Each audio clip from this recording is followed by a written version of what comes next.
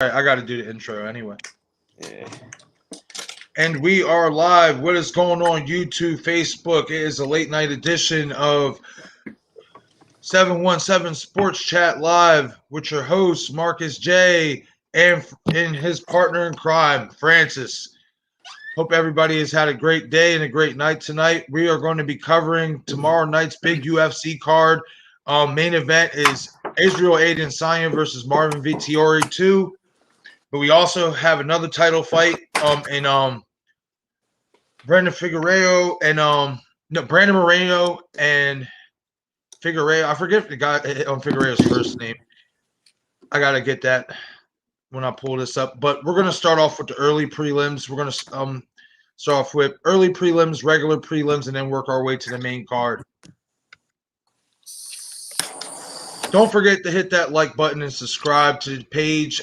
Once again, I will be sending links out, getting everybody informed and up to date.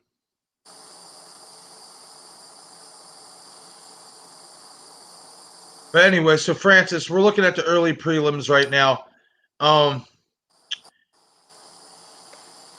Anything that stands out? We have females, Panani Kianzad versus Alexis Davis. Alexis Davis is a well-known veteran in the game.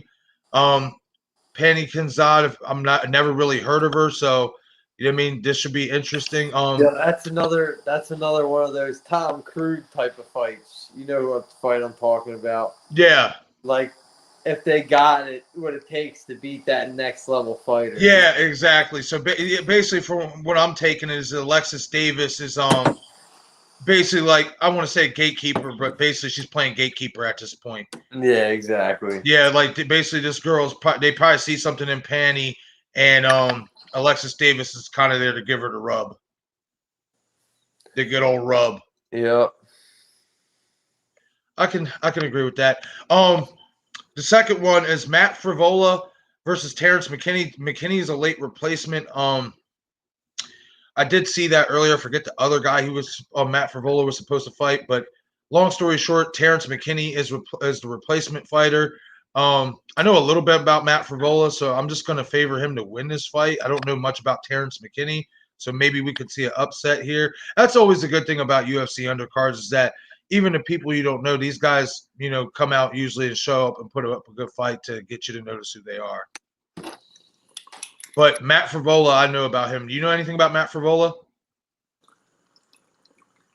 He's pretty decent.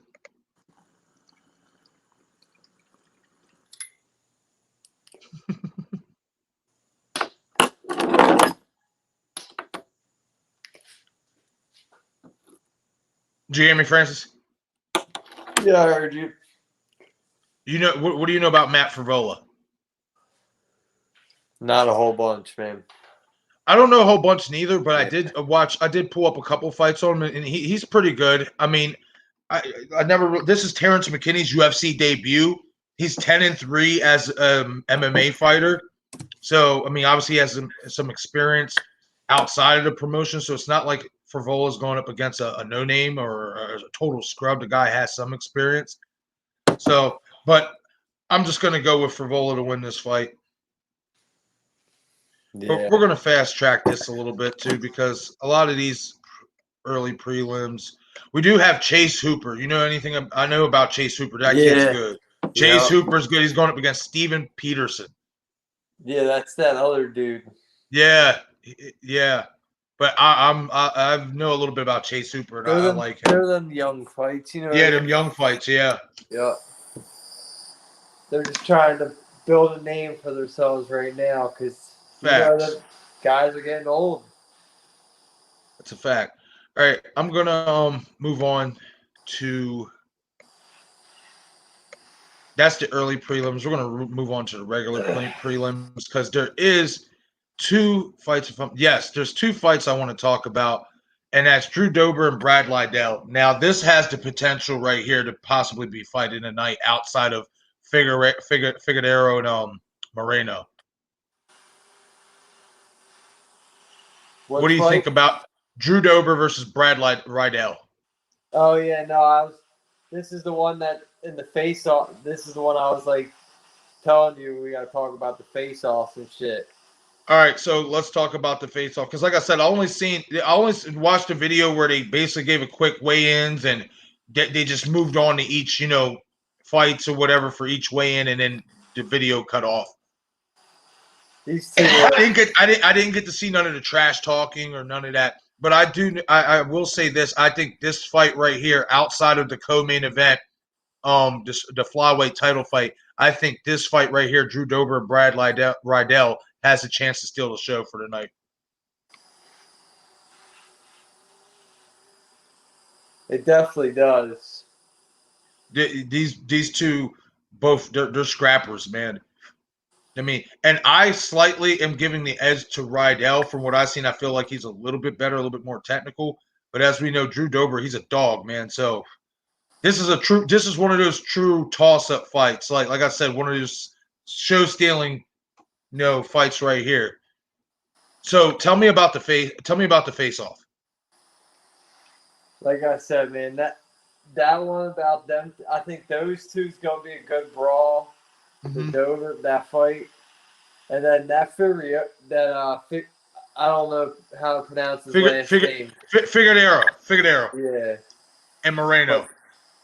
But I think that fight, I didn't know them two fought before, but I think this fight, that thing's gonna definitely be the money's worth fight right there.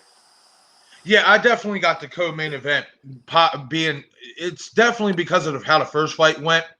It definitely has the potential to live up or possibly better. But we also should be very noteful that we should be careful because sometimes in anticipated rematches where the first fight was a war, it doesn't turn out like that. Oh, no, I know.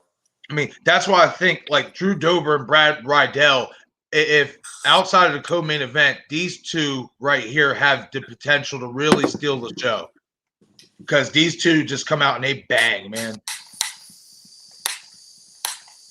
I just really don't know that much. Who are you favoring in the Drew Dober Brad Riddell fight?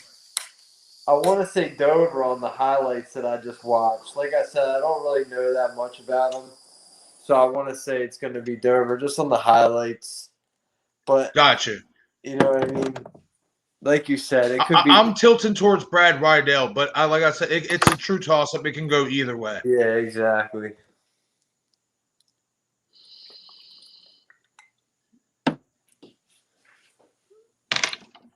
Don't forget to like and subscribe.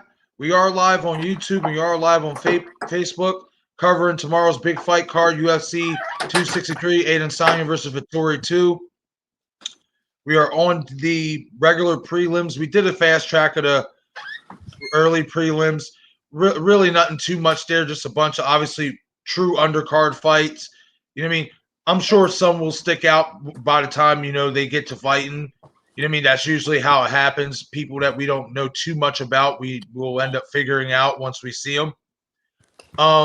Another fight on the regular prelims that I'm really, really intrigued about is Masvar Avalov versus Hakeem Dawodu.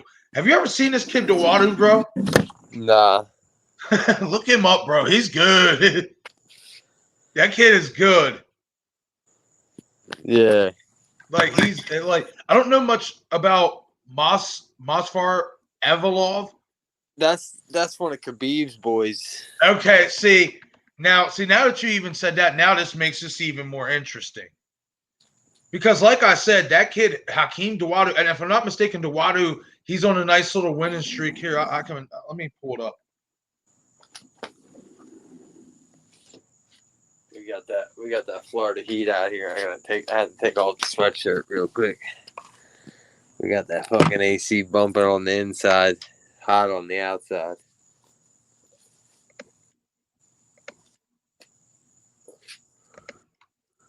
But yeah, that shit looks good, bro.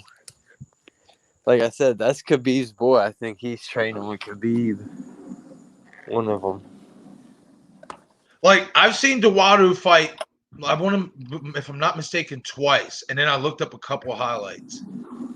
But he's good, man. He's 29 years old.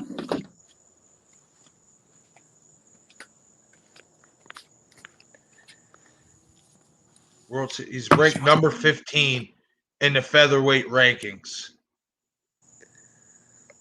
I'm gonna put a win streak.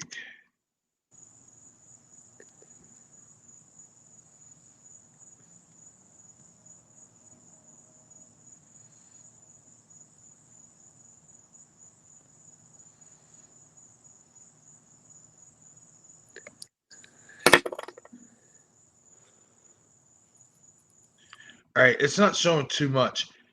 I'm gonna look up his record. Either way, like I said, this kid, I got put onto this kid a few months ago, and I like him. Once again, one of those like undercard fighters that you didn't know much about, and then when you got to see him, it's like, holy fuck, this kid's pretty good.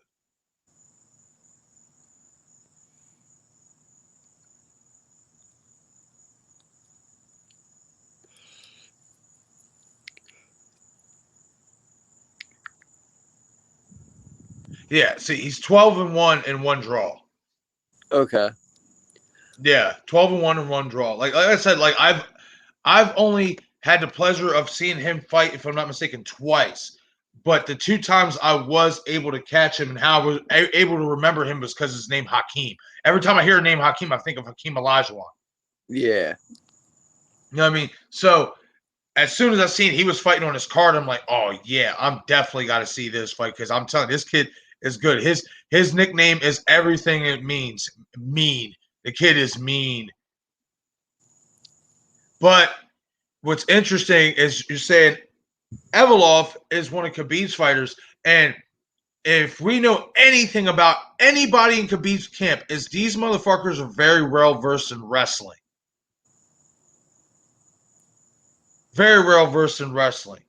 So, I mean, man, now this could be another one that could have I don't want to say steal the show, but that could get some eyes. You know what I mean? Oh yeah, definitely. Like this one could get some eyes based on who's fighting and their styles.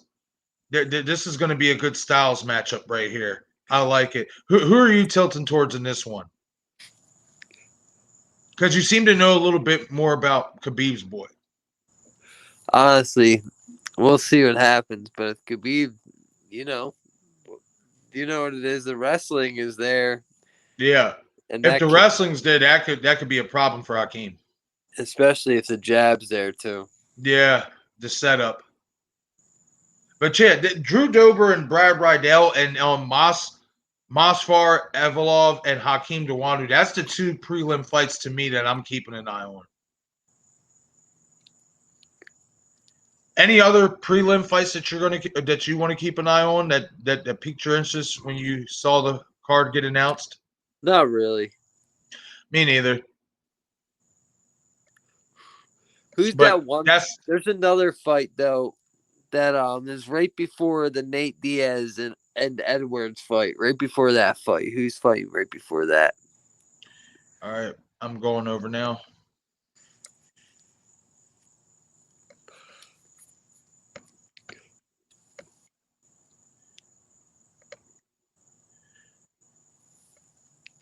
All right, we got the main card. All right, to start, we got Paul Gregg and Jamahal Hill. That's going to be a good one. I know a little bit about Jamahal. Yeah, that's another one that has the potential. So now we're looking at three potential fights outside.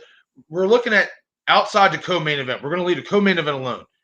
We're looking at two potential fights that could steal the show and one potential fight that could draw attention to one of the two opponents. We're gonna leave because, like I said, title fights alone for a little bit. Yeah, because like I said, Brad Rydell and Drew Dober, to me right now, is number one on my list in terms of show stealing. But if there's another one that could steal the show, this could be this one. Paul Craig and Jamahal Hill. Both and evenly matched light heavyweight bout. Paul Craig is ranked number 14 and Jamahal is ranked number 15.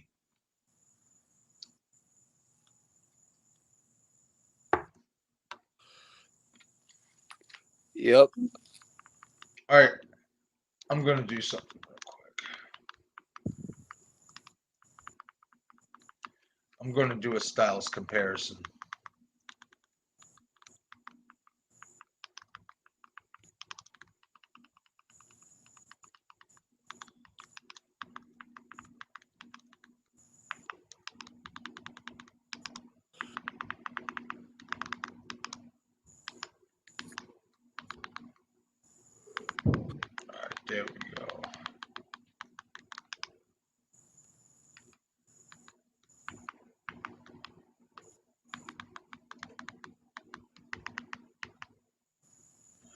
Oh, did you see that they got into the altercation at the hotel?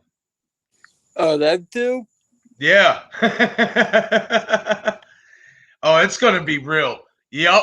This is gonna be real. This is gonna be a good one. For as long as it's gonna last. Yeah, they had a little altercation at the hotel a day ago. Yeah, and at the weigh-ins. Well, I see the weigh-ins. Yeah. Yeah, these two are gonna go to fucking war. Paul Craig and Jamal Hill.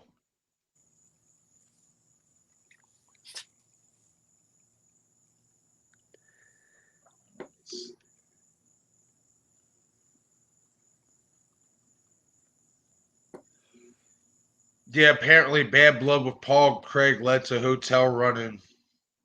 Jim Hall said he's weird, he's soft, he's lame. Yeah, with his painted face. Yeah. What do you think about that? I think that. I mean, you do what you do, unless you're like you're on top and that's what you do.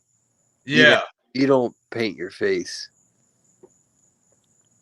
I mean, what he painted his face with his native country's colors though, right? Yeah. I mean, I don't see that being that big of a deal. Like, I mean, we've seen that before.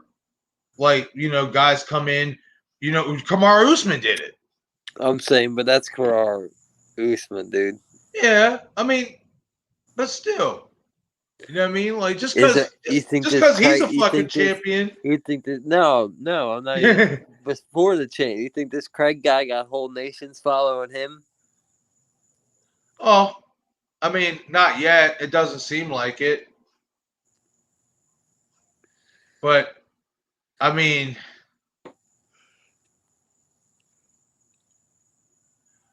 from what I'm looking at this guy, because I've only seen a little bit of him before, but now I'm like really getting a look at him. He's really, really good with setting up his takedowns. I don't see him much as a striker from what I'm looking at. Like he likes to set up to take down to submit people. He's a submission specialist from what I'm taking.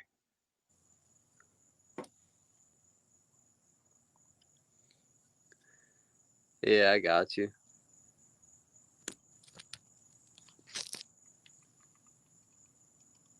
Okay, so now we're gonna compare that style to Jamal.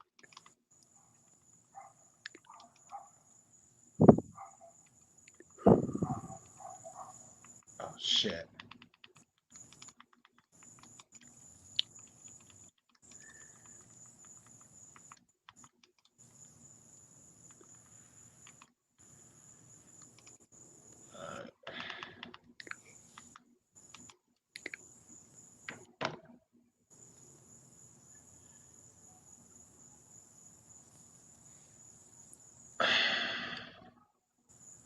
All right.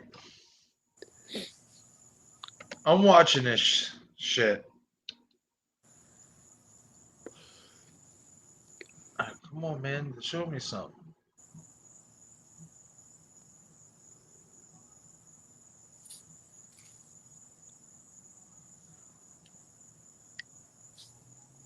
Okay. I mean, all right. This is my prediction for the fight for Jamal Hill and Paul Craig. By just looking at these couple clips, comparing notes, I'm going with Paul Craig. I'm looking at Jamal and like he has sneaky power, no doubt. That's why obviously his nickname is Sweet Dreams. He has sneaky power. But one thing I don't like as a guy who likes striking and likes boxing is I just feel like he's a little too rubbery with his posture. He leaves a lot of open chest, like he leaves a lot of his upper body open to where a guy like Paul Craig, who obviously likes to set up his wrestling by pity patting his way in, that could lead him to getting into clinch and getting taken down a lot. I mean, he's got good power, but I don't like how it's his punches look like he's throwing jello shots. Have you seen Jay Mahal Hill? Nah. Yeah, I mean, when you have a chance, look him up. But I'm not too impressed. Like, if like from what I'm seeing from both these fighters, from what I just looked at, I'm going with Paul Craig in this fight, and I'm going to go with him by first round submission. I think he's going to get him out of there quick. He's just got to hope if he could take if he could take the sneaky power, because I will give that Jay Mahal's got sneaky knockout power, but like I said, I just don't. I don't like the way he places his punches. It's just too rubbery. No bueno. Like it's just I don't know. So that's my prediction for this light heavyweight bout between Paul Craig and Jay Mahal Hill. I'm going to lean towards Paul Craig just based on what I'm looking at right now. Like I said, Jay Mahal is still striking. I mean, he has sneaky, deceptive knockout power, but from a technique standpoint, he leaves much to be desired. And for a guy who's obviously a wrestler who likes to set up his wrestling with leg kicks and likes to get inside and maybe grab a hold up top with the clinch, like Paul Craig, from what I've seen, does, I'm going to go with Paul Craig. Mac Tap Yaka, hi y'all. Hey, what's going on, man? What's going on? How you doing tonight? But yeah, like I said, Fran, when you have a chance, just look it up. You know what I mean? Look up Jay Mahal Hill and Paul Craig, and I mean, maybe you might be able to change my mind, but I just think Jay Mahal's punches are a little too rubbery from what I'm looking at here on my TV screen. Like, I can just see him easily getting taken down and dominated. Like, literally. Like, and I'm not even being funny. Like, you gotta look him up. Like I said, he's got sneaky power. I'm not gonna deny that. That's why obviously his nickname is Sweet Dreams, but you gotta land that shit, man. And I don't like the way he throws his punches. But that's just my opinion. You know, so maybe it could be different. That's just maybe how it works for him. You know, everybody's different.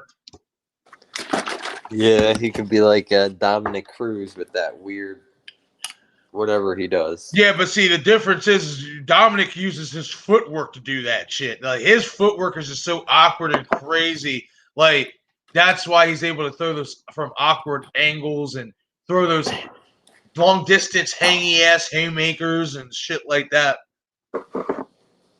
Don't forget to hit the like and subscribe button. Show your support. We greatly appreciate it. We'll be getting a merch store here soon and a website. Like I said, in my previous episodes, I will be most likely by Sunday because I do have obviously a full-time job. So, you know, this is a slow grind, but we're gonna get this page, we're gonna get this channel, we're gonna get this entire movement going. One step at a time, baby steps.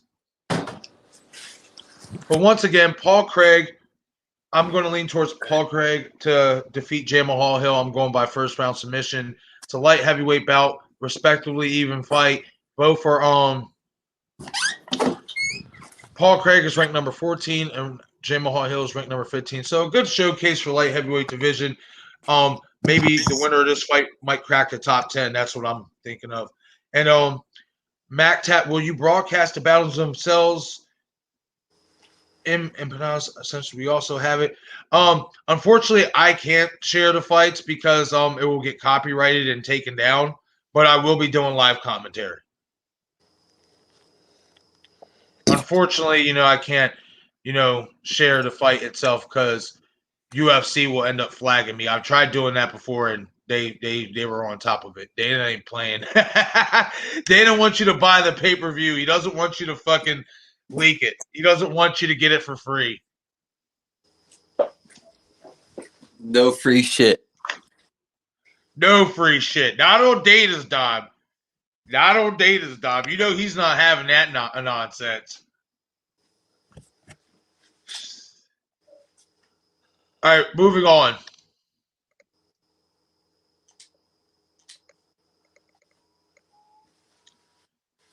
Another interesting fight.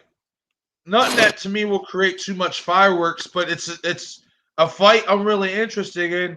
The good old wily veteran Damian Maia taking on Belal Muhammad. Yeah. Damian is ranked number 9 in the welterweight division, and Belal is ranked outside of it, number 12. So obviously, if Belal can get a win here, he will crack the top 10. But if Damian Maia can pull off a win, now this is the interesting thing. Okay.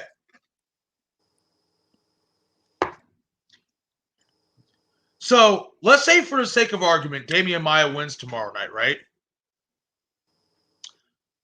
Kamaru Usman is facing Colby Covington again.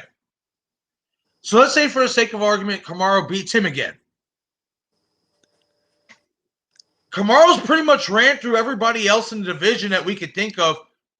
Why not give Damian Maia a title shot to go out at least on retirement on a good note? I mean, if he wins this fight, Belal Muhammad is he's up and coming. He's got some fire coming in underneath him. If Damian Maia could take him out, do you think that warrants him getting a title shot? I mean, I mean, now another name that sticks out because Usman said himself he would like to fight him is Michael Chiesa. So that could be the fight after Usman Covington. But I'm just saying, Damian Maia, ranked number 9, he's fighting Belal Muhammad, who's ranked number 12, who's got some steam coming in. I mean, if Maia can win, I mean, there's an argument at least to be made. Yeah. You know, like he's ran through everybody. Kamaru's ran through everybody else in the division, and it's like, I mean, I'm not saying that Maia really has a chance, but me personally, I would like to see him at least get a title shot because, to me, he deserves it. The guy's been fighting for how long? Wow. Long time. You know, so who do you got? Who are you favoring in this fight? Belal Muhammad and Damian Maia. I want to say Maia, but I know that Muhammad got that.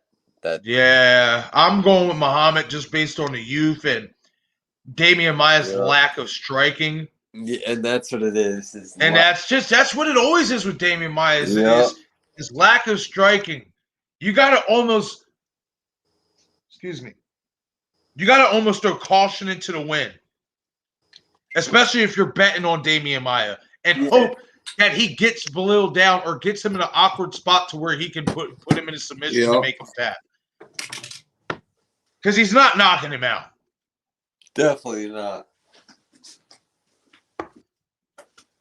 But yeah, I'm going to go Belal Muhammad. I'll go Belal Muhammad round 2 TKO. I just think the striking and eventually the punishment and the age, because we both know this is a young man's sport. Yep. And Maia's aging as well, and he is fairly slow. So, I mean, as much as we would like to wish for a storybook ending and upset for Damian Maia, don't see that in the cards for him. What do you think? What are your predictions for it, and what round? I hope not the first. You hope not the first. Yeah. But that sounds like you're going with the first round. I'm going with probably not. I hope the first minute even. Not the first minute, but not the first minute. How early? How early? I hope he lasts a minute. We'll give him. I'm gonna give Damian Maia at least 2 minutes before he gets put to sleep. You ever seen this Muhammad dude? Look up the tape. No, I have. He's a fucking monster. He throws bombs, he bro. does. He throws bombs. Yes, he does. That's why I said I'm picking him to fight because I have seen down for a I have consistently seen Belal Muhammad caught fight with a bomb like that. It's done. Well, yeah, and plus we both know Damian Maia. He's a lame duck for it because he has no movement. Bro, it's father time again. Here we go. Yeah. Well, it's always been father time, unfortunately, for Damian Maia because of his style. That style is dead. Yeah, it is. Yeah, everybody's doing everything now. Bro, you're a sitting duck in that style. You're asking to get plummeted in the face. Yeah, you're not lying about that. So I'm going round 2, Bilal Paul. I think he's going to cook him for a little bit, then get him out of there. You're going a little bit earlier. I'm going to say you're going round 1. I'll say you're going round 1, 3 minutes in, something like that. I'll give him 2. 2 minutes? Okay. We'll go round 1, 2 minutes in. Yeah. So that's Fran's pick. That's his prediction for Bilal Muhammad and Damian Maia. That's not even because I'm not a Damian Maia fan. That's just Exactly. That's just what it is. Get caught with a bomb. Yeah, and he's a lame duck for it, so that's understandable. Unless he comes out. What if he comes out and just starts pulling some Houdini shit we ain't never seen before? I doubt it. I know. It's you can't teach an old dog new shit. You can't. We were just talking about that with Deontay Wilder, so yeah. I definitely agree with you. All right, moving on. Oh, here it is. This is the one right here for me. That's your boy. This is the one right here. Wait, I gotta take a bathroom break real quick. All right, go for it, buddy.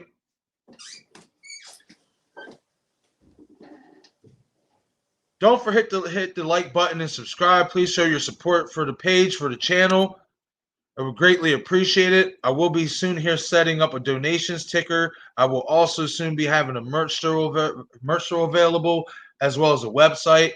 Slow grind. Simple and plain, slow grind. Just show your love and support. It would be greatly appreciated.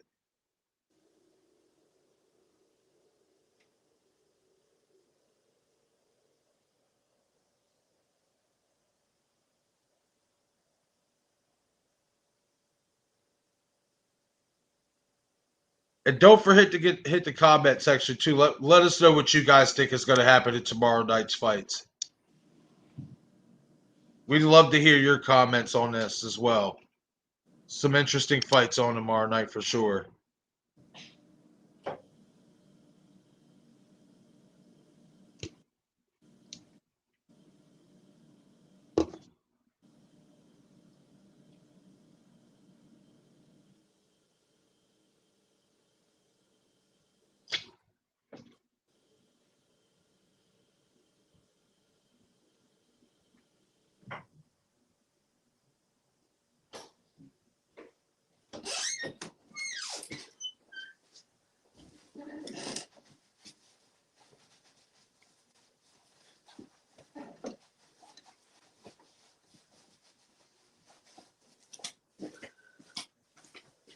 All right. There it is. Yeah. No, you're good, buddy. Shit, you gotta fucking do what you gotta do, man. Gotta drain the main vein. All right, now, like I said, this is it, Francis. You know it. This is it. This is my fight. This is my main event right here. Leon Edwards, Nate Diaz. Well, buddy, we got Leon ranked number 3 at welterweight, and Nate is not ranked at all. Interesting. Hey, how is he not ranked? Because he's been taking that long leave, dude. That's so what that what? long leave gives you. You know how many times fucking motherfuckers took layoffs and still came back ranked?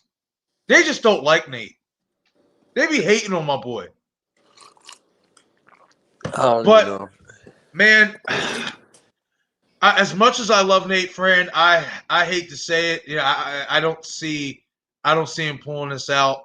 And this is me talking. You know how much I love Nate, but I'm a realist. And Leon Edwards is a fucking monster, man. He's on an 8-fight win streak, and this guy does everything. And you think we both. You think this is going to be your boy's departure?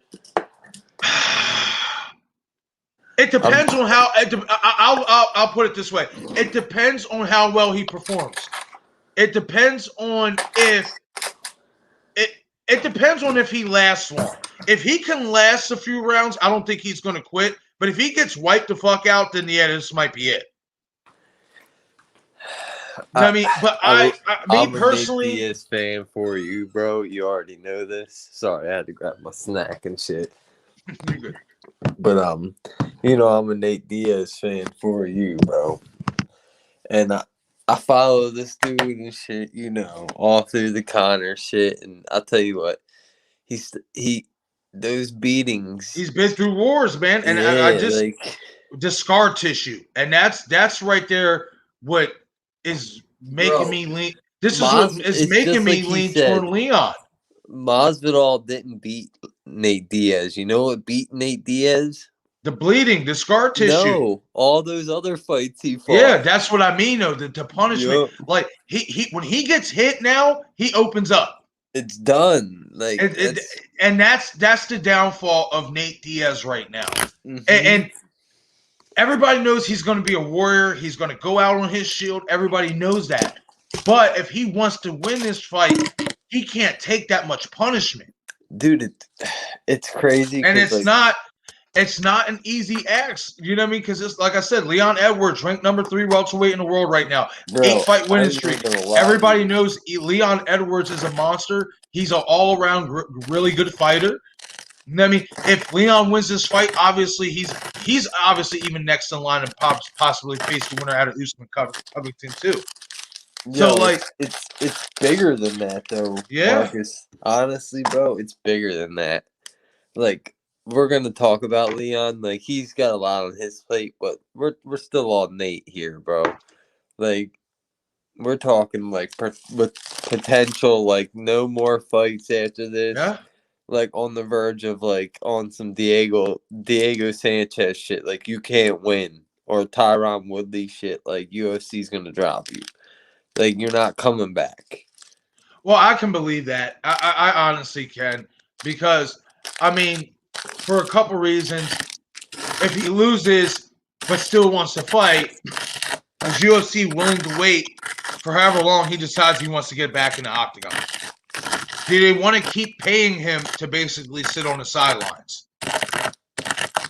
So I guess I could understand that. I do think if he loses this fight, this is it.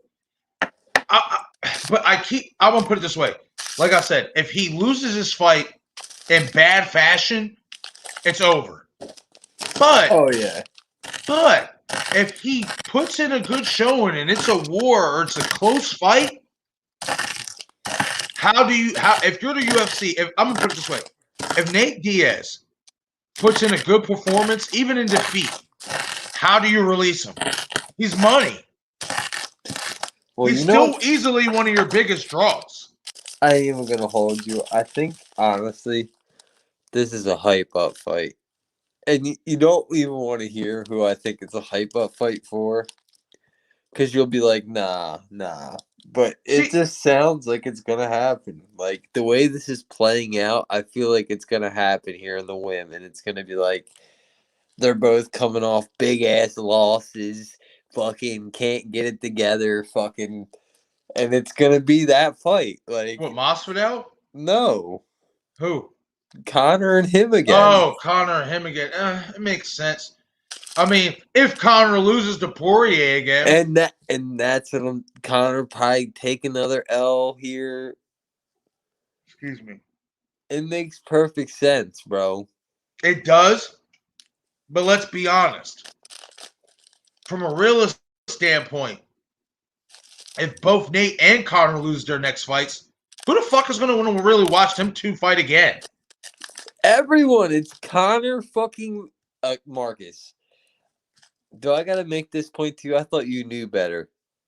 No, because listen, and this is why I say this, is because as fight fans, yes, it may be Conor McGregor.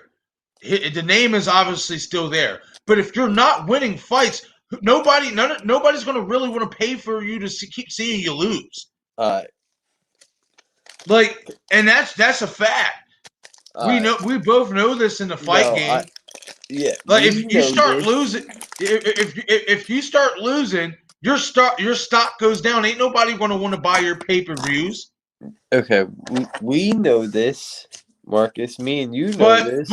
But most casual or fans who don't really die hard it like we do, they don't get Conor's pissed off so many people over the years, Marcus. He'll forever be followed. Kind of like Mayweather, kind of like a Mayweather. So I get that.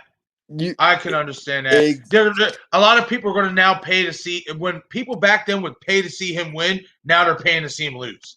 To lose. Yeah, I can get that because get it now. Well, I always got that because I was one of them. So long story short, I'm gonna make this so clear. Dustin Poirier could have fought Chandler for the belt, bro. Could have fought for the belt. He would have made less money. Yeah, that's why he took the third Conor He fight. took the third. He's making more money on Conor. Well, yeah, he can go get the belt later. Yeah, I mean, what are you going to choose? Less money in the belt or more money, and I can go get the belt later, especially if I win. Exactly. But back on these two. I mean, all right. So if you're going to make a prediction, who wins and what round, and how and why, and how does it happen? I got two predictions. My first one is Nate Diaz. He took that long leave to try to, work out what he was doing with the fucking whatever skin person he was meeting with. And I really think he was really trying to get his shit worked on because his face looked a lot better in the weigh-ins. It didn't look like droopy and shit. So he probably did get like his shit worked on. Yeah, some surgery and I mean, I don't even think it was surgery. It's some like tightening shit they do now with your face. Mm-hmm. Like they massage it a certain way or something. I was watching it because he was talking about it. Okay. Helps like scar tissue and shit heal like internally. Well, that's good because he's gonna need it. Exactly. So I mean, long story short, I'm hoping Nate goes out there and doesn't try to brawl with him. Takes him to the fucking ground. Use jiu-jitsu. Fucking hits him with an arm bar or something we know Nate can do. Get him to the fucking. Don't fucking try to throw hands with him because he cuts you. It's done. It's done. Yes, you start bleeding again because people don't want to see you bleed no more. I am 100% with you. That's what I'm hoping to see from Nate. I want to see a return to form in terms of Brazilian Jiu-Jitsu grappling on the mat because people forget when Nate can go mad. He's one of the best fucking Brazilian Jiu-Jitsu artists in the world. From the Tough Enough shit that came in there and guillotined everyone all the way to the win. Guillotined you to the win. Yes. I don't want to see you fucking slap or fight these dudes. I want to see you guillotine them. I was just before we got on whatever, I was just watching Chael Sonnen and a couple of the other guys talking about the fight or whatever. And Chael made an interesting comment and he said, listen, guys, everybody is kind of what you said. Everybody's thinking like this is a setup. This is just a catapult for Leon Edwards to move on to something bigger. There's a reason why Nate Diaz chose him. There's something that Nate sees in Leon that he thinks he can exploit and obviously beat. You know what I mean? And I think that I can believe that. I can too. You know what I mean? Especially after a long layoff. I mean, we knew Nate Diaz will fight anybody, but this is not just Nate Diaz. He picked him, and on top of that, this is Nate Diaz picking the number 3, and in all honesty, the real number 1 contender for the welterweight title, and he's not even ranked, and he's coming off a layoff. That says something to me. That says, okay, you know what I mean? Even though I fear that if you get in a striking battle, you're going to get your ass kicked, maybe you have something else up your sleeve that we don't know about. And I hope so. I agree with you. I'm so glad that you brought that up because I thought I was the only one. I want to see a return to form of Nate Diaz. I want to see the Brazilian Jiu-Jitsu technician, like you said, guillotine, arm bars. We have not seen that Nate Diaz in so long. And I feel like he was, before they stopped the fight against Masvidal, I feel like, in all honesty, he was about to be on that shit, and then they stopped the fight. So that's what I want to see from Nate Diaz. You heard what Masvidal said. Once he started grabbing my arm at the end of the round there, I felt like it was going to be a dangerous situation. He knew what fucking Nate Diaz is going to do. Yes. And that's the Nate Diaz I want to see fight Leon Edwards tomorrow. If we get that Nate Diaz, I don't want him to get all beat up like that before he starts fighting like that. And that's what I'm saying. That's what I'm saying. He has to do it early. He has to go right away. That has to be the game plan in my opinion. Right Don't from the just start. yes, Don't get from the all start. bloody and beat up and then try to fucking submit him. Fucking do that shit Exactly. from the start. Make him look stupid. That's what I want Nate to do. Yes. And then my second thing I said, the second win Second prediction, yeah. is gonna be Edwards, just because Nate's gonna go out there and try to brawl with him. And he's gonna fucking do what Masvidal did to him. Kick him in the face. He's not gonna knock Nate out or finish Nate. Because Nate's going to keep that. He's going to keep that blemish. I'm telling you what, Nate's a tough motherfucker. I don't think anyone's going to knock Nate out. I don't think anyone's going to beat Nate by a TKO knockout or anything like that. Yeah, but we remember we didn't think it would happen to Masvidal. I ain't it gonna could lie, happen bro. to anybody, bro. It could happen lie. to anybody. I ain't gonna hold you. That Masvidal got cocky. Yeah, he did. Oh, I know. I was the first I'll to say tell you this right now. Nate Diaz or any of those guys are too smart for that. What's his name? Jorge became exactly what Ben was to him during their fight. Mm-hmm. And the leading up, he hits like a girl, talking shit. As soon as Jorge started talking shit, I'm like, oh man. I was just like, see, because for me it was like, okay, I understand you're getting your fame in, you're getting your sound bites in, cool. But at the same time, when you knocked out Ben the way you did, that was because the way he was coming at you, the same way you was coming at Usman. So that kind of irritated me with him a little bit, but that's still my boy either way. But my prediction for this fight is I got Leon Edwards winning by decision. I like you said, I don't see a knock. I don't see Nate getting knocked out. He's not finishing Nate. I don't think he's gonna finish Nate, but I do see him outclassing Nate, and that's what I unfortunately think is going to happen if Nate decides to stand and get in a war with him. Like, because just the striking right now is just on a different level. I'll give that to Leon. You know what I mean? But we've seen Nate pull out performances before we didn't think he was going to pull out. So I hope that's what we get. But I'm leaning towards Leon. Like I said, I'm leaning towards Leon by decision.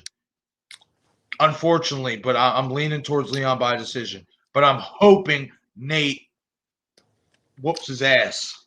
Like I said, that second decision I made isn't a knockout.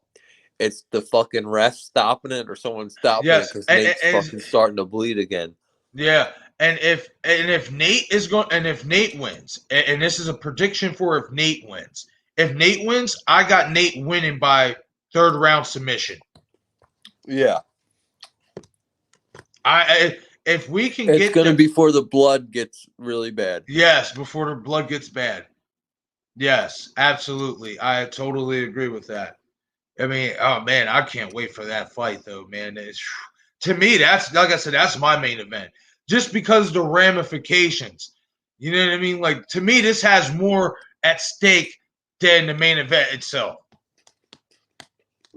Because if Leon wins, well, then in all honesty, we kind of know he's going to get a title shot. Yeah. You know what I mean? But if Nate wins, that shakes shit up again. Mm-hmm. That's why this is to me the real main event. All right, but we're going to move on.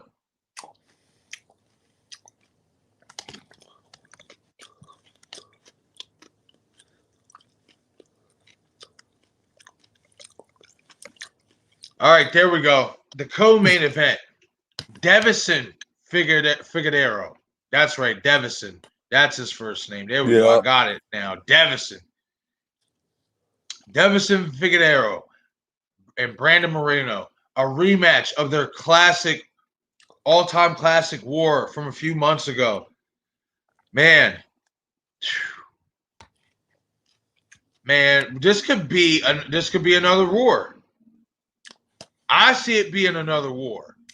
Yeah. But I see it being another war, but I also kind of feel like I'm being naive because I've seen this happen before to where we get part 2 and the sequel don't live up to the original. Yeah. You know, and that's the danger of this fight. That's the danger of being disappointed with this fight is that it doesn't live up to the first one. But it also has the potential to be just as good or better than the first one. Who do you got? It's a toss-up. I don't even know if I want to give a fucking prediction. Honestly, I think The champ Moreno had him beat in the first fight. A lot of people feel that way too. I personally had it a draw. I've tried. I've watched For that real? fight. Yes, I've watched that fight a couple times, and It was I mean, close. I can get where people lean towards Moreno. I can. Bro, you know what it was for me? That third round. He hit him with those bombs in that third round. And I'm like, bro, he kills him in the third round. And I'm like, I respect Figueroa for taking those bombs like that, bro. And keep coming forward, but he killed him in the third round. It's like he didn't even have an answer for it. But, you know. So basically, that to you, that third round was the decisive round that Moreno, like that out of all the close rounds. Out of all the close rounds they had, every round they had was close, but that third round. But that third round was the one that separated them. I could understand that. And it wasn't even like the whole round; it was just those couple punches, and like a exchange they had, and I was like, "Oh, he beat him. He beat him." Yeah, you get what I'm saying? It was like. Yeah. No, there was definitely. That's what I'm saying. There was definitely a lot of exchanges where Moreno got the better of him. Mm-hmm. I feel like it was one of those situations where you know how they do this. One, the UFC knew the rematch would be even bigger. I mean, and it's just like with boxing, man. Sometimes they know who the winner is, but they'll call it a draw or a split decision just to get the rematch. He had to try to push another fight. Yep. Either way, I'm not mad that they did it. Oh, I'm not mad either. I'm not mad because this is a fight that you want to see again. Man, I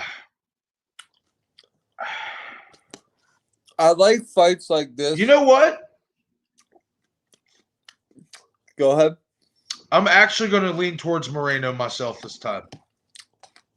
I like fights like this where the fighters both think they won. Yeah. And they both fought a good fight.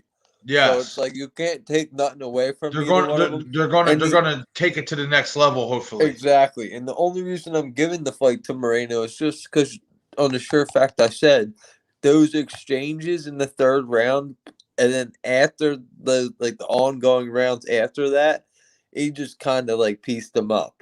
And it wasn't even like he was beating him. He just pieced him up when they would like go into their exchange points. And you know exactly what I'm talking about. He would hit him with just harder punches. It felt like as Figueroa was deteriorating throughout the fight, it felt like Moreno was just like he was getting momentum. Yeah, like I know I'm beating you. Yeah.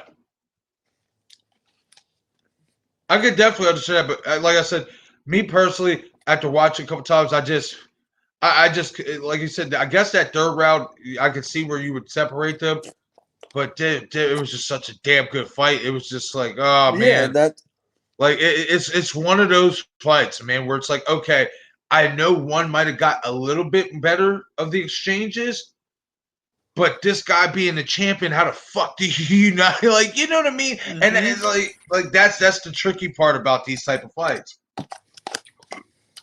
Especially when a title's on the line.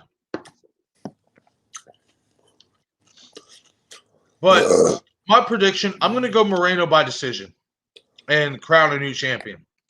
I think he's going to make the adjustments that he needs to make.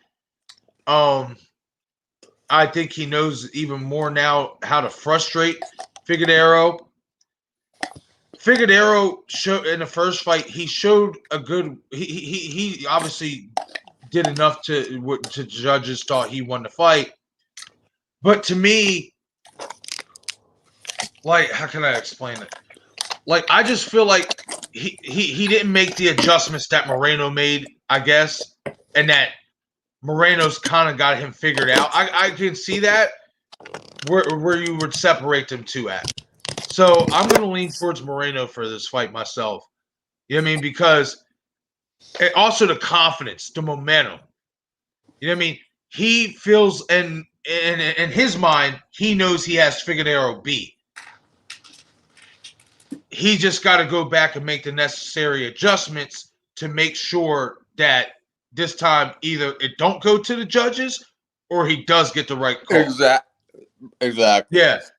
And in all honesty, he's. I mean, I'm calling this fight a decision for Moreno, but I think he's going to all but have to knock this Marcus, motherfucker you know, dead. a lot of people He's out going to here have to saying knock that this the judges motherfucker gave dead. Figueiredo that Yeah. fight. He's going to have to gave it to him. He's going to have to knock this motherfucker dead. Yep. And I don't mean like dead for real dead, but No. you know, of course, you know, some people might be like, "Oh my god, what are you talking about? You want to see him die?" No. I'm just saying he's going to have to knock him the fuck out if he's going to win. Well, I'm not saying or he has to at least win convincingly enough. But I can definitely, I'm going to go with Moreno. You know what I mean? Just I don't know why. Just something in my instincts telling me we're going to crown a new champion in that one. I like Figueiredo a lot. He's a champion for a reason. He's a tough son of a bitch. But it's one of those things where it's like somebody's got somebody's number. Mm-hmm. I can agree that Moreno might have his number. So me personally, I'm going decision. I'm going to go Moreno by decision. What are you going with? I want to say Moreno by TKO, honestly. And it's going to be a stretch, probably in the first round. But not really, because of the way he was hurting Figueiredo in that first fight.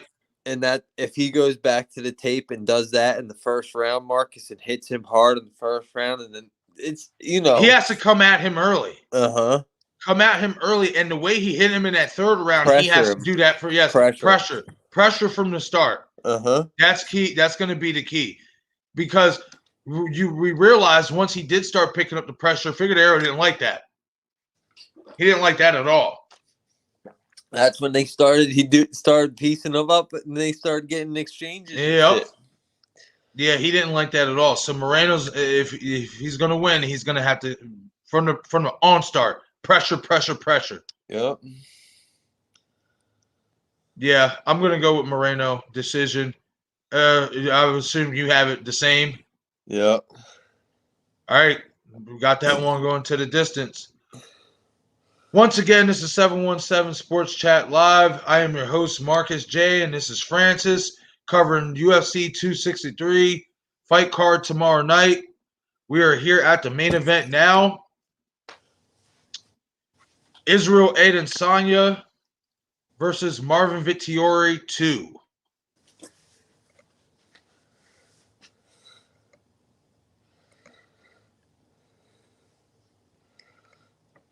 Obviously, we know Israel's the champion. Vettori is the number one contender.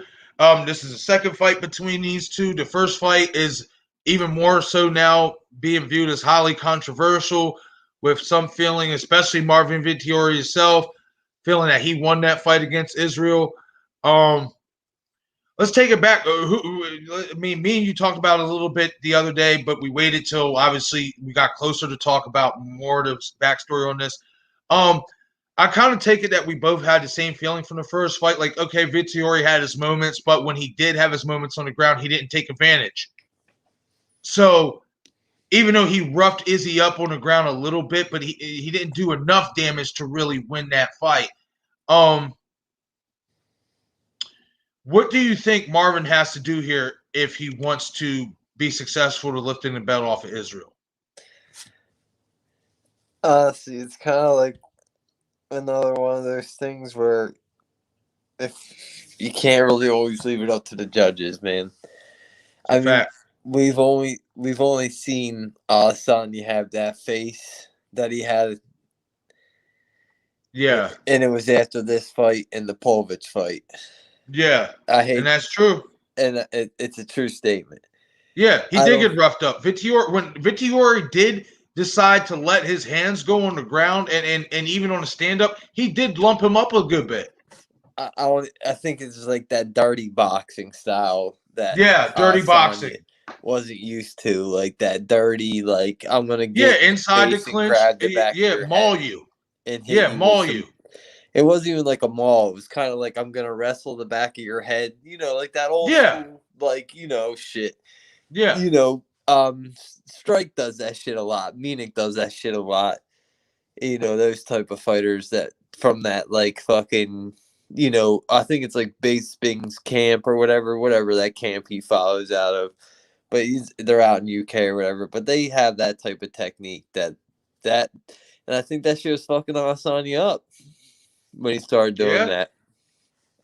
yeah. But Well, not only just that, it is something a buddy at my job, my buddy Sean said to me because he's a big UFC fan. That eventually here he's going to be joining us when we cover the Conor Poirier card and stuff. But it's something he said is it's so funny when these polished strikers and kickboxers come into MMA. Why don't they just work on grappling? Like you already got the striking down. You don't need to work on mitts or striking or none of that. You already have that down. Why won't you just go straight to working on ground defense and ground game? And I felt that because I mean it makes perfect sense, especially if you're already a world-class striker. If you know you're going into mixed martial arts, you know eventually you're going to have to face a fucking wrestler. Why would you not hone that already? Like it's always a knack with these strikers. It happened to Connor. It's happened to Izzy. And let's keep in mind that Marvin Vittori, since losing that fight to Israel Adesanya, has only lost one round since. yeah, I'm honestly, One it's not. round in 3 years. Yeah, and you got to really take it in like this. That type of style gets cocky, Marcus, Yeah, because it's a fighter style. You know how it yeah. is. You, Especially when you're grooving and yep, the you elusiveness. depend on one punch, and then when Yep. you don't get that punch or you don't get You that, can't and that combination or that if you don't get your and the one thing that I saw in that Blachowicz fight is Blachowicz didn't bite on the feints. yeah, He just he stood there. He he kept his wasn't hands up. fooled. And yes, he walked him down. And that's all he had to do. Once he took Izzy's feints away, once Izzy seen that Blachowicz wasn't biting on the feints, he didn't know what to do. This is the He, one he thing really that didn't. This is the one thing that I think Vettori, if his corner picked up on it in the last fight, that Izzy is very susceptible to that trip, bro. Yeah. That trip. All Mm-hmm. you don't even have to do a full takedown, and it's No. crazy because you're like, damn, no, he's not that good. But it's like, bro, you watch Vettori do the trip technique, it worked Mm-hmm. just fine. Yeah. Izzy, I mean, I was just watching the embedded series and apparently that's basically all he's been working on in his camp has been basically defending the takedown and working on takedowns and grappling and stuff. And that's, I mean, I wish you would have did that 3 or 4 years ago, like when you started doing MMA. But I mean, I guess we'll see what it translates to tomorrow night. But I'm not even going to lie. Like, he could lose this fight. I mean, Vittori, I mean, it's all about, I'm going to put it this way. To me, it's all about Vittori taking advantage of his opportunities. I'll tell you this right now. When he gets Israel down, like I said, I was watching the embedded series and they had Izzy and his trainer watching the first fight. And Izzy made note of when Marvin got him down, the way he was throwing his punches, he was flailing like there was nothing on it. And it's like, you know what I mean? Do real ground and pound, hammer fist. He didn't make the most of his opportunities, and he let Izzy get up too many times. Yep. And that's what cost him the fight. This time around, he's got to basically do what Blachowicz did. Keep him down. Mm-hmm. Keep him down and beat him up. Because if Izzy, even if he's been working on it, if you get him down and you see he can't stop your takedowns, why are you flailing? You should have like. So This hopefully, is the one thing that hopefully he Vettori- learned from that mistake. Yep. Hopefully he's learned from that mistake. But in all honesty, I don't see it happening. I do think Izzy has his number. I think he's in his head, and I think he's in his head mentally because excuse me, Marvin has been doing a lot of talking leading up to the fight, and in his head, he really believes, and there's nothing wrong with it. He really believes he won that first fight. Mm-hmm. And I was just about to say that to you, Marcus. But he's delusional to the fact, like, even when Izzy brings it up to him, that dude, when he's like, oh, I took you down so many times, he said, okay, but you didn't do anything with those takedowns. You know what I mean? And Marvin didn't have no answer but to just get mad and, start whatever, man, whatever. And it's like, well, he's telling you the truth. You didn't make the best of your opportunities. That's why you lost the first fight. And to me, just that alone, especially with a striker, it's always one thing with a striker that works in their favor than it does with a wrestler. Because with a wrestler, obviously, you have to worry about getting in. Is that they already seen how your style is before, it makes it that much easier for them to pick you off coming in. Yep. You know what I mean? And I think this is just Izzy's weight. I also think the fact that he went up to 205 and fought Blachowicz, and I said it even then, he wasn't ready. His body's not ready. His body's not ready for 205. His body hasn't matured into a 205. Nope. And then on top of that, Blachowicz is really a fucking heavyweight. Mm-hmm. He's a heavyweight, man. He's a heavyweight. That's why I even said when people were talking about Izzy fighting John Jones, I said, no, John Jones would destroy him. He's too big. You really think John will take Izzy down? You'd beat the shit out of him. I think John will destroy Izzy. When people talk shit, I think John will fucking pull Izzy's fucking little brittle body. That's what I'm saying. Like, he's too big. Work him. Exactly. Just after the Blachowicz fight, John tweeted and said, "Don't y'all ever fucking sit there and bring this motherfucker up to me again. I would have murdered this kid." Or whatever. And that's the truth. John would have murdered him. John would have murdered him. You know what I mean? So, but we're going to see. We're going to see if Izzy made the adjustments. You know what I mean? He has to make the adjustments. He's young, bro. He's still young. He's still young. He's still young. But we also know this, that you don't want to waste your young years losing because you can't figure out how to beat one certain style. Bro, but he's winning. Okay, he's in a big spotlight right now, and I don't know if it's good for him or bad for him. Right now, it's good for the Nightmare, Career Usma, and fucking Francis and Ngannou. Yeah. They're shining right now. Yeah, all three basically African Nigerian champions. Yeah, I don't know if it's gonna be so good for Adesanya. I mean, even though he likes that spotlight, bro, we need to see him come out and do some Paulo Costa shit here. Because he plays games with his food here, he might have a problem. Well, see, not even just that. It's like I said, I just hope he makes the adjustments, because I've seen this before. When a guy gets wrestled, you know what I mean, and he can't figure it out, that striking becomes no more good. And that's when they start to lose their confidence. And that's why I don't want him to rest on his laurels. And I don't think he has been. I mean, he looks like he's been putting in the work from what I've seen, and from what they've talked about. But it's a difference putting in the work outside of the octagon and talking about it than actually applying it when you're in the fight. You know what I mean? So, I mean, that's my take on this fight right there. It's up to Marvin to make the most of his opportunities. and it's up to Izzy to decide if he's gonna truly learn how to defend takedowns and even learn how to wrestle himself. Mm-hmm. If Izzy could get a back off his back game like an Anderson Silva, see that's what was dangerous about taking Anderson down. Is the fucker could submit you. If Izzy could get that part down, he'd be super dangerous. Yep. Super dangerous. And I want him to stay at middleweight for another. Don't go back up and wait until your body is ready for it. But he's got to get through Vettori first, and he's got to defend those takedowns because I think from the onset, Marvin's going to look to take him down. Oh, yeah, you already know. He's looking to take him down immediately. Uh-huh. Mm-hmm. He's going to make it a point. You can already tell in the press conferences. His first move, takedown, and try to beat Izzy right up. Yep. And you want to know what I see happening? Because I thought that same thing. He's going to charge right at him and try to take him down. He's going to walk into a knee.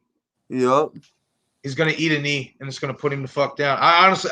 I got this fight not lasting long at all. I think Izzy's going to waste him in one round.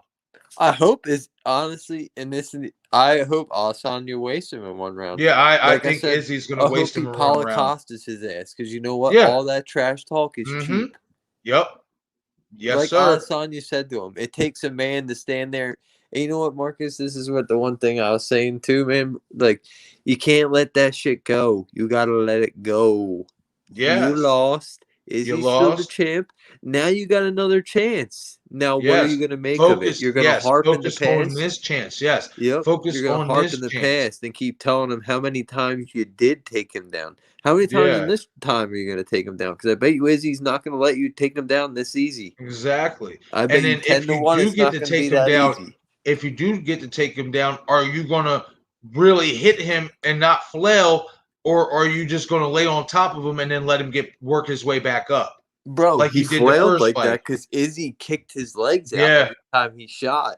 Because Izzy, that is honestly, bro, a lot of people say some shit, but Adesanya is good with his technique.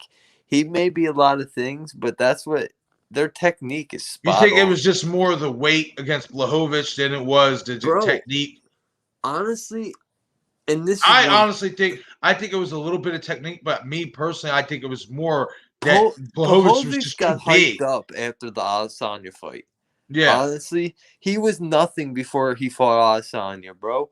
And the only reason he got the hype is because what he did to Adesanya was, bro, I don't care what anyone says. I'm a fighter, so I seen it with my own eyes. For 3 rounds, Izzy pieced him the fuck up. I don't care what anyone says. You really think so? Bro, I thought he had his moments. I thought he had his moments. Blachowicz corner, bro, after the 3rd round, they're like, why are you boxing with this guy?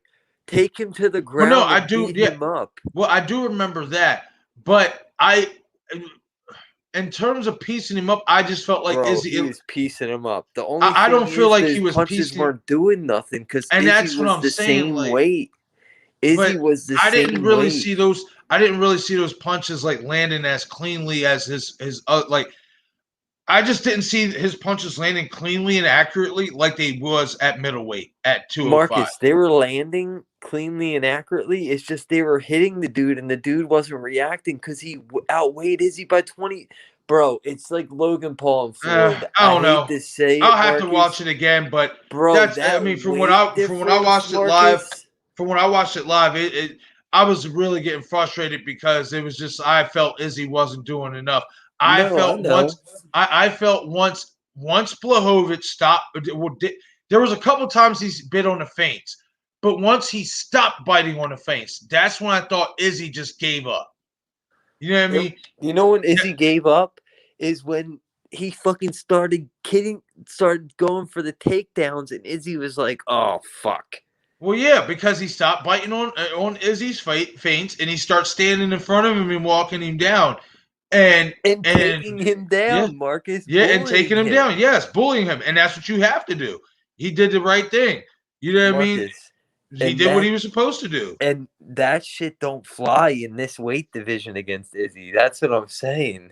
You weigh the same as him. You get what I'm saying? Yeah, but Vittori did it. Vittori did it the first fight. He just didn't take advantage of it. And that's what I'm saying though. Okay, the weight advantage, he couldn't use the flail. Okay. Yeah.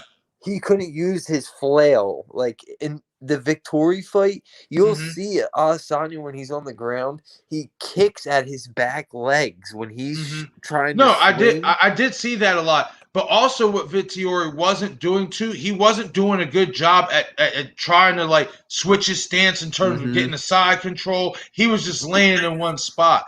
So that's the key to Vittori. He's shown that you can take Izzy down at this weight class. He's just got to show what you can do with it once you do get him down. That's all he has to do. You know what I mean? But I don't think he's going to be able to do that because I think he's going to go in charging, thinking that he's just going to go take Izzy down with all this confidence, and Izzy's going to catch him with a fucking knee or something crazy, and the fight's going to be over. I think it's going to be a highlight reel knockout. Oh yeah, it's going to make someone's career. Yeah, I think so. I don't think Vittori's side Marcus. If Vittori wasn't so focused on the pass, I'd give him a bigger shot. And that's what's killing me right now. Yes, that's what's killing me too. But all kidding aside, though, bro, I was about to say, yeah, you got to go back and watch that fight. The first 2 rounds, Adesanya piecing Povich up, bro, piecing him up like it's no one's business, dog. I mean, like I said, I watched it like live, so I didn't watch it again after that, but I watched it live and just I don't know. Maybe it was like you said, maybe because of the weight difference. That's why I didn't really see to me like he was doing anything. Bro. But it was the weight, I just didn't feel you were like right all along. He rushed into that fight. Yeah, he was too big. I said that. Yeah. I said that. Izzy, as much as I like Izzy, I said there's certain things you don't rush, and that's weight. Yeah. Especially when you're a lean guy like Izzy, your body's going to take a little bit longer to get heavier than you think. Don't rush it. Stay doing what you're doing. But he learned. He lived, and he learned. You know what I mean? So, and I don't hate on him for doing it. No, I don't. You can't hate on somebody for trying to be great. And that's you took an L for it. Hey, he took an L. He took an L for trying to be great. He's still a champion. And bro, you know what it is? He lives with it every day. Fuck it.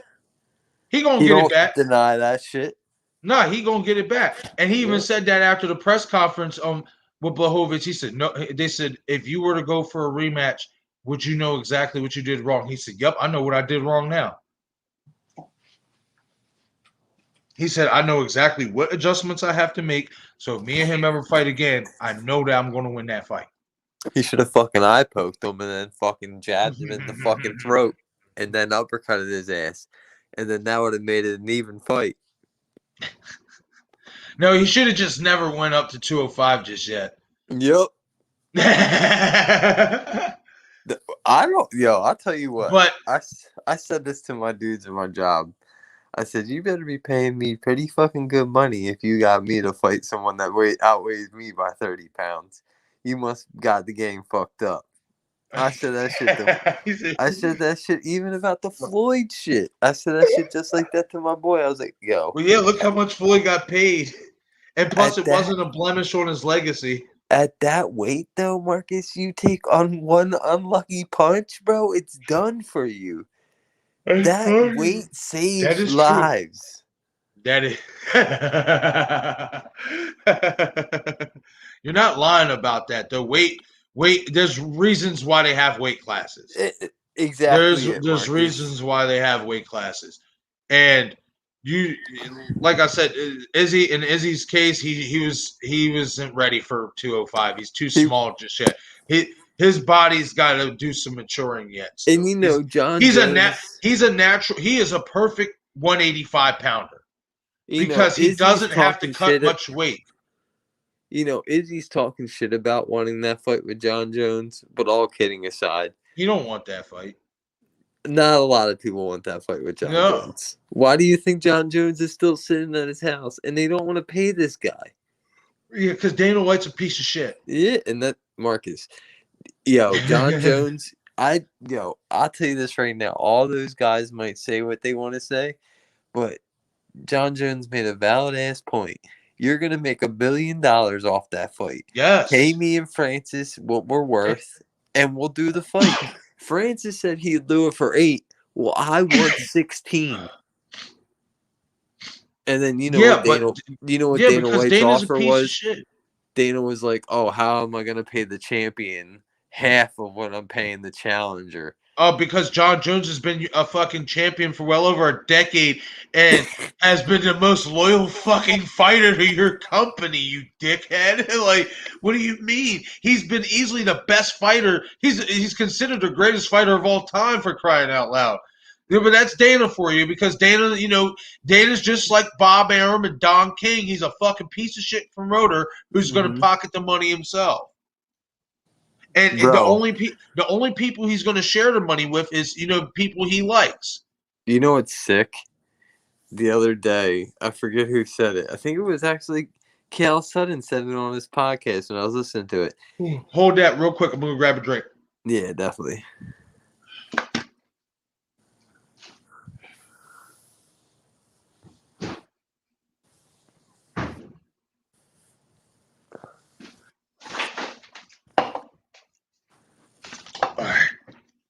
Sutton said this shit on his podcast the other day, bro. He's like, how the fuck are UFC fighters not even worth, like, their net worth, not even $1 million and shit? Thank you.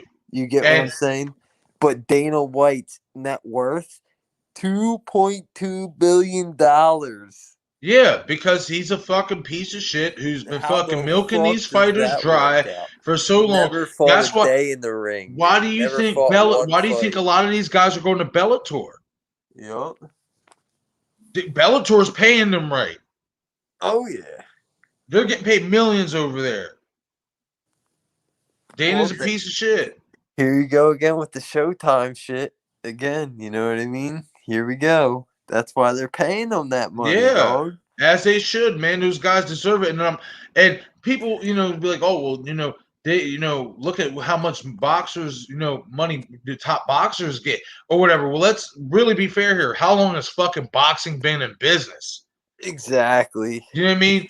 And on top of that, though, but it's just a point. You took a fledgling company to a multi-billion-dollar company. You can't pay your fucking fighters at least $1 million. Yo, when I heard, if I'm not mistaken, John Jones' base salary, the most he's ever made off a fight was like $500,000. How the fuck's that happen? Bro, when I heard how much they paid fucking what's his name? The dude that just got fucking knocked out. Masvidal? No. Forget his name. But he was supposed to win the fight, but he got knocked out. Oh, fuck. How long was it ago? Like 2 weeks ago, 3 weeks ago. But long story short, dude was supposed to win the fight pretty much because he was like, kind of like, he's on ranked. Oh, Michael Chandler. You talking about Chandler and Oliveira? No, that's the title fight. No, not that fight. This is like, it might have been an undercard fight, but I don't even know. But the dude was ranked, and he was, it was one of those setup fights. Like, oh, okay. And he lost. That dude got on fucking and said they kept half his purse, dude. And I'm like, so imagine expecting to get paid, dude, and they keep half that shit because you didn't perform. Yeah, because they're pieces of shits. There's clauses in those UFC contracts. Yeah, that's you gotta read, bro. Yeah, exactly, and that's what a lot of those fighters don't do is read. So, dude, this dude end up fighting Marcus, get knocked out cold, bro. Ended up making I think $20,000. And all that's gone because he's got to pay for his, training. Yeah, all that shit. Everything. That's fucked up, yo. That dirty, is man. Real. I heard that. That's shit. dirty. I don't know how much truth is behind that, but that's dirty as fuck. Just because he didn't live up to what was on the contract, that shit's crazy. Yeah, that's dirty. Because fighting's unpredictable. Fighting's unpredictable. Anything can happen in a fight. Anything. The one shot can end it all, or one pull on a wrong muscle can fucking snap it all. Yo, Marcus, I'm not Like even saying shit. it like that. It don't matter. You could go against somebody's grandpa. He can hit you in the right spot, and it's a done deal. Hell yeah. That's no doubt about it. But to people like Dana White, to people like Bob Arum, to people like Don King, those type of fucking people, they don't give a fuck. As long as the money's going in their fucking pocket. You know what I mean? And shit. And it's a damn shame. See, I've always wanted to see Dana get in the fucking octagon and get his ass beat. Because he runs his mouth a little bit too much for a fucking promoter. I don't like the way he be talking about the fighters, neither talking to the fucking fighters.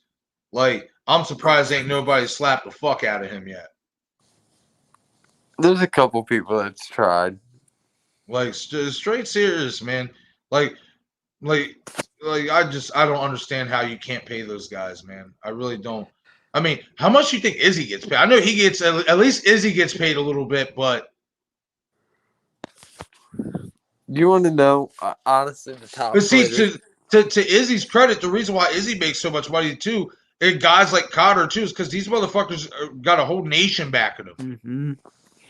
And that's what I'm saying, Marcus. When you got a whole nation behind you, Yeah, you make money. That is true.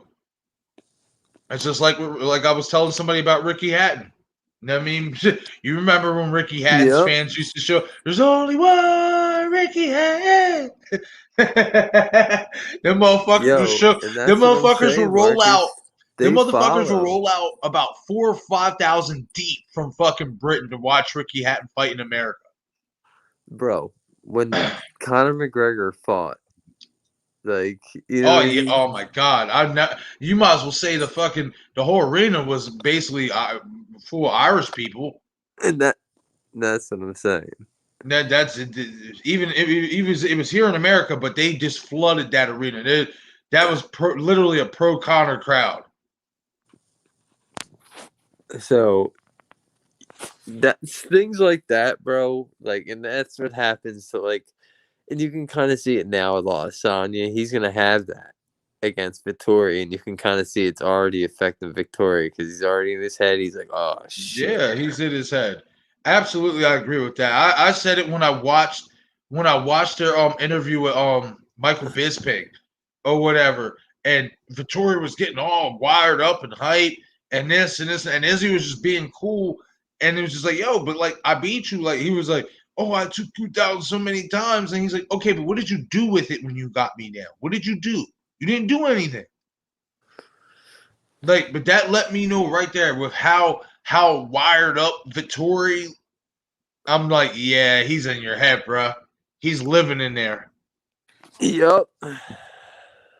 Shit. Izzy's got the blanket and the pillow set up. Yep. He's ready to go to sleep in that bitch, like me in about 5 minutes. Yeah, I was about to say we're about to end this jaunt or whatever. But yeah, so I'm assuming your final prediction as well is early round stoppage for Izzy. Yeah, you already know. Yeah, I'm going with the same. I'm going with he's first got round. him angry. He's got him angry. I'm going with I'm going with a first round finish and a spectacular, first round finish. I think Vettori's like gonna come out and try to hurt Izzy. It's gonna be not even a game plan. It's gonna be like, I'm gonna try to hurt you, and Izzy's gonna be like kind of like the Paulo Costa shit. Like, I'm gonna come out here and try to hurt you, and Izzy's not gonna be down with that shit at all. Fact. I agree with that. I definitely agree. That's so basically just a quick run through. So Izzy, we got first round stoppage. We're both going Moreno by decision. We got Leon Edwards, unfortunately, by TKO against Nate. And Paul Craig, we got at least I got Paul Craig against Jamahal Hill. You haven't really seen too much of Jamahal Hill, so I didn't really get your prediction on that. But I got Paul Craig submitting this motherfucker. But yeah, we're going to end this for tonight, guys. Remember, hit like, hit subscribe, show your support for the page. You guys have a blessed night, and I will see you guys later. Fran, I will hit you up tomorrow, my friend. You already know. Talk to you tomorrow. Bye bye. Heard that, buddy.